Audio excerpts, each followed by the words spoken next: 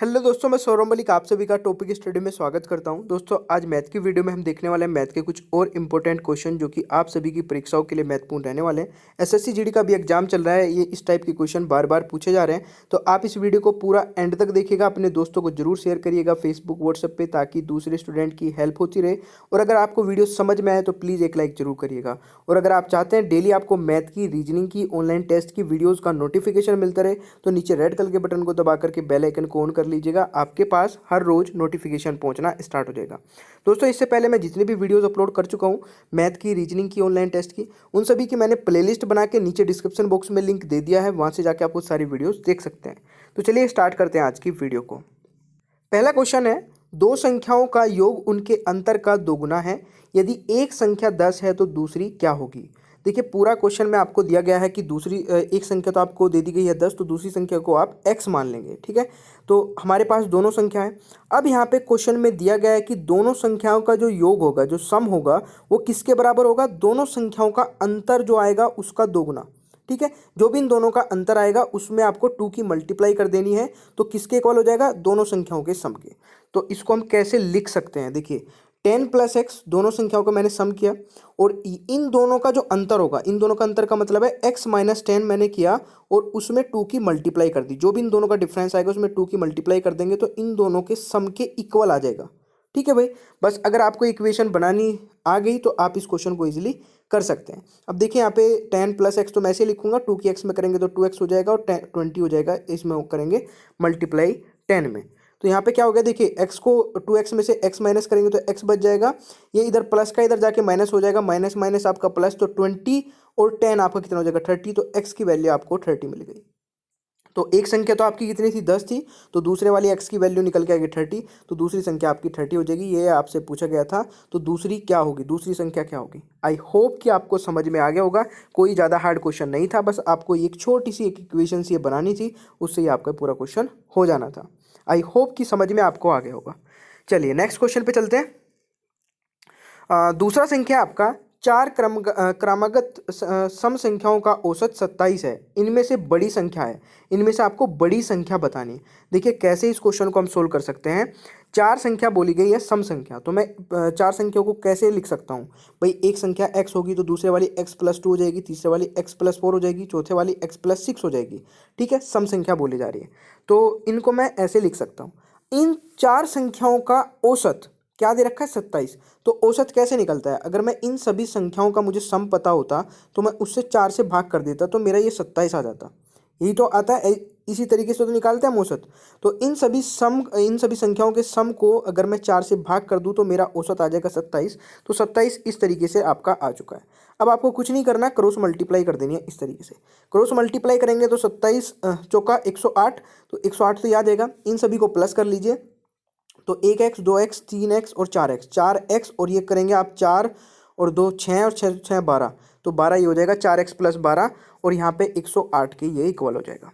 दोस्तों समझ में आ रहा है ना, इस तरीके का क्वेश्चन आता है तो आप इजीली कर सकते हैं। ठीक है, अब ये एक 12 इधर चल जाएगा, 108 में से 12 जाएगा तो 96 बचेगा, और 4x बराबर आपका 96 हो गया, तो x बराबर क्या हो जाएगा 96 / 4, तो आपका 24 आ जाएगा। आप 96 को 4 से डिवाइड करेंगे तो 24 आपका राइट आंसर आ जाएगा। तो x की वैल्यू क्या निकल के आई भाई 24, तो 24 is the right answer. I hope कि आपको ये समझ में आ गया होगा। ठीक है, तो इस तरीके का अगर क्वेश्चन आता है, यहाँ पे 4 भी बोला जा सकता है, यहाँ पे 5 भी बोला जा सकता है। 5 क्रमागत संख्याओं का सम संख्याओं का औसत बताइए, यानी कि औसत आपको दे दिया जाए और उसमें बड़ी या छोटी या बीच वाली वैल्यू जो भी पूछी जाए आप उनको निकाल सकते हैं। ठीक है भाई, अगर समझ में आया तो लाइक करते जाइएगा। चलिए नेक्स्ट क्वेश्चन पे चलते हैं। और अभी एक क्वेश्चन ये आया था, देखिए एक शिविर में 1000 सैनिकों के लिए 54 दिनों के लिए भोजन था। एक शिविर है, ठीक है, उसमें 1000 सैनिकों के लिए 54 डेज के लिए भोजन है, मतलब भोजन अवेलेबल है। 6 दिन के बाद 600 सैनिक और आ गए, शेष भोजन कितने दिन तक चलेगा। अब देखिए, अगर 6 दिनों बाद 600 सैनिक और आ जाएंगे, पहले कितने थे 1000 सैनिकों का भोजन 54 दिनों के लिए था।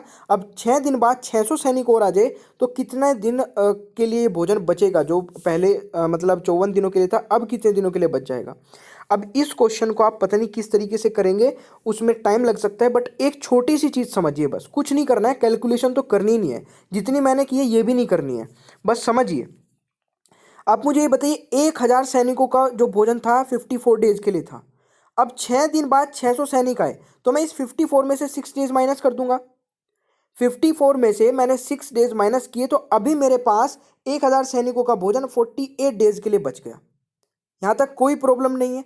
48 डेज के लिए 1000 सैनिक कितना भोजन खाएंगे, मतलब कितना भोजन होगा उनके लिए, हम वो कैसे निकालेंगे? इस 48 में 1000 की मल्टीप्लाई कर देंगे, मतलब करनी नहीं है, लिख देनी है।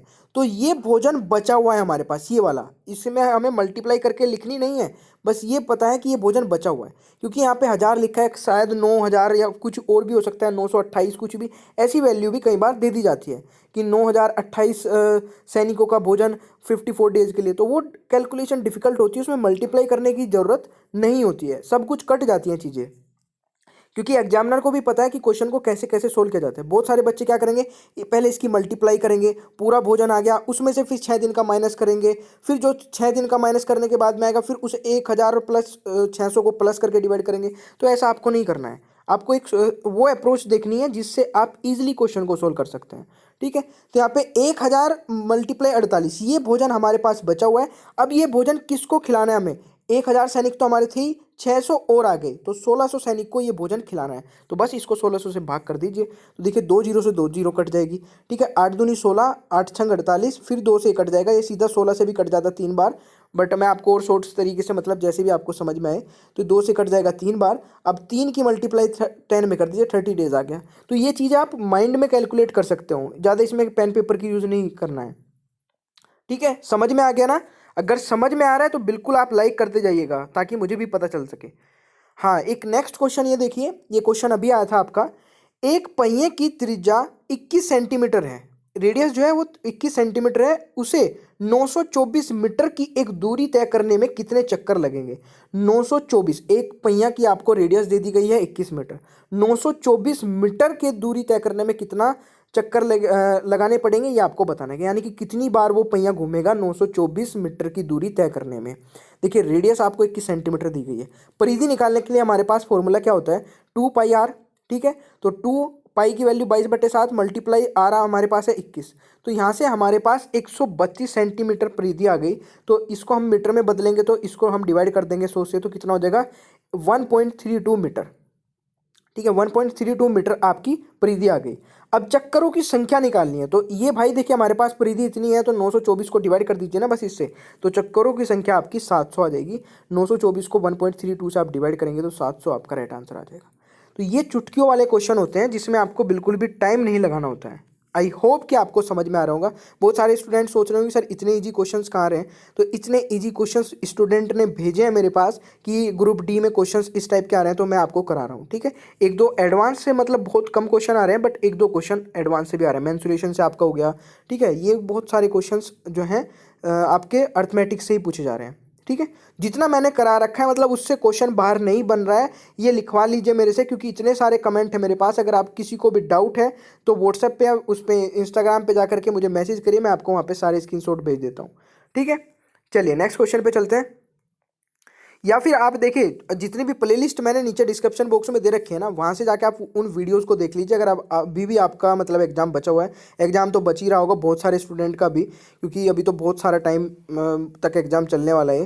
ठीक है, नेक्स्ट आपका क्वेश्चन है, जब किसी संख्या को 121 से विभाजित किया जाता है तो शेष 25 होता है, यदि उसी संख्या को 11 से विभाजित किया जाए तो शेष होगा। देखिए अब इस टाइप के क्वेश्चन को कैसे करना होता है, 121 से अगर मैं किसी संख्या को विभाजित करूं, मान लीजिए वो संख्या x है और मैं उसे 121 से विभाजित करूं तो 25 शेष बचता है। तो अब यहाँ पे हमें इस संख्या को निकालना नहीं है, अब क्या करना है, जो 25 शेष है, अब जो दूसरी संख्या से बोला जा रहा है, यदि उस संख्या को 11 से विभाजित किया जाए तो शेष कितना होगा। तो यदि जो बोला जा रहा है, यदि उस संख्या को 11 से विभाजित किया जाए तो जो शेष बचा हुआ होता है उसी को ही 11 से भाग कर दीजिए, तो जो भी उसके बाद शेष बचेगा वो आपका राइट आंसर हो जाएगा। तो 25 को मैं 11 से भाग करूंगा तो 11 दूनी 22, 11 दूनी 22, इसका मतलब 22 तक तो कंप्लीट जा रहा है, फिर बचेगा कितना 3, तो 3 आपका शेष बच जाएगा, यही आपका सही उत्तर हो जाएगा। ठीक है दोस्तों, यहाँ पे देखिए मैं एक समझाने के लिए आपको चीज़ें 2-3 चीज़ लाइनें लिखता हूँ, अदरवाइज लिखने की ज़रूरत नहीं होती है। यहाँ पे बोला गया ना कि जब किसी संख्या को 121 से भाग किया जाए तो 25 शेष बचता है। तो वो किसी संख्या को मैंने x माना, अगर मैं x को 121 से भाग कर दूं तो 25 शेष बचता है। तो अब यहाँ पे आप सोचेंगे अब मेरे को तो भाई ये संख्या निकालनी पड़ेगी, इस संख्या को मैं 11 से भाग करके देखूंगा तभी तो मेरे को शेष पता चलेगा। नहीं, ऐसा नहीं करना है। आपको जो शेष बचा है, जो यहाँ पे शेष लिखा है, उसी को ही जिस संख्या से भाग करने की बात की जा रही है उसी से भाग कर दीजिए और जो भी शेष बचेगा वो आपका राइट आंसर हो जाएगा। आई होप कि आपको क्लियर हो रही होंगी चीजें। ठीक है, चलिए नेक्स्ट क्वेश्चन पे चलते हैं। नेक्स्ट है आपका 36 पुस्तकों का क्रय मूल्य 30 पुस्तकों के विक्रय मूल्य के बराबर है तो प्रतिशत लाभ है।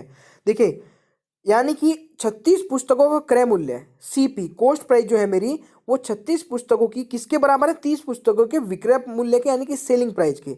मान लीजिए आपने 36 बुक खरीदी और 36 बुक जितने भी रुपए में खरीदी आपने, वो आपने अर्न कर लिए 30 बुक सेल करके। भाई आपने 36 बुक खरीदी मान लीजिए 100 रुपये में, और आपने वो 100 रुपये 30 बुक बेच के ही कमा लिए, तो आपको प्रॉफिट कितना हुआ? तो यहाँ पे आपको बुकों के प्राइस नहीं निकालने हैं, बस सीधा सीधा देखिए कि कितनी बुक मेरे को बची, कितने बुक का प्राइस मेरे को बचा होगा, तो उससे आप परसेंटेज निकाल सकते हैं। 36 बुक आपने खरीदी थी और 30 बेचकर ही उतने रुपए कमा लिए जितने में आपने वो 36 खरीदी थी। इसका मतलब आपका 6 बुकों का प्रॉफिट हो गया, 6 बुक आपके पास बच गई। तो 6 बुक आपके पास बच गई। अब मुझे ये बताइए, मैं आपको एक बार प्रॉफिट एंड लॉस में पूरा बेस से बताया था, जब भी प्रॉफिट होता है हमेशा नीचे कॉस्ट प्राइस आता है। अब यहाँ पे आप कंफ्यूज हो गए कि यार कॉस्ट प्राइस तो आपने ये लिख रखा 36, तो ये कॉस्ट प्राइस 36 नहीं है। अब यहाँ पे आप ये समझिए, जब भी प्रॉफिट होगा नीचे हमेशा छोटे वाली वैल्यू आएगी, इनमें जो भी छोटी होगी, और जब भी लॉस होगा तो नीचे बड़े वाली। ध्यान रखिएगा, लॉस यानी कि आप डिक्रीज हो रहे हैं, लॉस हो रहे हैं, तो नीचे बड़े वाली रख दीजिए। मतलब एक माइंड में बता रहा हूँ मैं याद रखने के लिए, लॉस हो रहा है तो नीचे बड़े वाली, और प्रॉफिट हो रहा है तो नीचे छोटे वाली वैल्यू। ठीक है, तो 6/30 और गुना कर दीजिए 100 से, तो आपका सीधा सीधा 20% आ जाएगा। ठीक है, 6×5 30 और 5 से हो जाएगा 20 बार, तो 20 आ जाएगा आपका प्रॉफिट। आई होप कि आपको चीज़ें क्लियर हो रही होंगी। ठीक है, अगर चीज़ें क्लियर हो रही हैं तो कमेंट में बताइए या फिर लाइक करिए, जैसे भी करके बताइए ज़रूर। चलिए नेक्स्ट क्वेश्चन पे चलते हैं। नेक्स्ट है आपका 3 लड़कों की औसत आयु 35 वर्ष है तथा उनकी आयु का अनुपात 3:5:7 है, तो सबसे छोटे लड़के की आयु क्या होगी? देखिए, औसत आयु दी गई है कितनों की? 3 लड़कों की। तो अगर मैं पूछूं तीनों लड़कों की आयु का सम कितना होगा, यानी कि उन तीनों लड़कों की आयु का अगर मैं योग पूछूं वो कितना होगा, तो यहाँ पे जब आपने औसत निकाला होगा तो 3 से डिवाइड किया गया होगा। ठीक है ना, जब आपने औसत निकाला होगा तो उस सम को, जो सम होगा इन तीनों की एज का, उसे 3 से डिवाइड किया गया होगा। अभी अगर पूछा जा रहा है कि दोबारा से फिर सम निकालो, तो अभी उस 35 में जो औसत आया उसमें 3 की मल्टीप्लाई कर दीजिए। तो 35 में आपने 3 की मल्टीप्लाई की तो 105 आ गया। तो ये तो टोटल एज आ गई तीनों की। पूछा जा रहा है सबसे छोटे लड़के की आयु कितनी होगी, तो सबसे छोटा कौन है? 3। और इन तीनों का सम कितना हो जाएगा? इन तीनों का सम आपका 5 और 3 8 और 7 आपका हो जाएगा 15, यानी कि तीनों का 15 हो गया। तो इस 105 को 15 से तो भाग कर दीजिए। पूछा सबसे छोटे की आयु, तो 3 से मल्टीप्लाई कर देंगे। तो 105 डिवाइड बाई 15, तो कितना जाएगा? 15 से 7 बार 7 या 21, तो सबसे छोटे वाले की जो एज होगी, आयु होगी, वो 21 साल हो जाएगी। यही आपका राइट आंसर हो जाएगा। ठीक है, तो इस टाइप के क्वेश्चंस आप कर सकते हैं जैसे जैसे मैं आपको बता रहा हूँ। और डेली वीडियो यार अपलोड कर रहा हूँ, अगर आप डेली देखते हैं ना तो आपको, मुझे नहीं लगता कि मैथ के सेक्शन में कोई प्रॉब्लम आएगी। और वैसे ही मैं आपको प्लेलिस्ट दे चुका हूँ नीचे डिस्क्रिप्शन बॉक्स में, पूरा चैप्टर वाइज पढ़ना है वैसे पढ़ लीजिए, क्रैश कोर्स करना है क्रैश कोर्स कर लीजिए, जैसे भी आपको करना है। सारी इंपॉर्टेंट वीडियोज़ के लिंक नीचे डिस्क्रिप्शन बॉक्स में दिए गए। ऑनलाइन टेस्ट की भी है वीडियोज़, लिंक, अगर आप वहाँ से जाके परचेज करना चाहते हैं तो परचेज कर सकते हैं, क्योंकि प्रैक्टिस भी बहुत ज़रूरी है।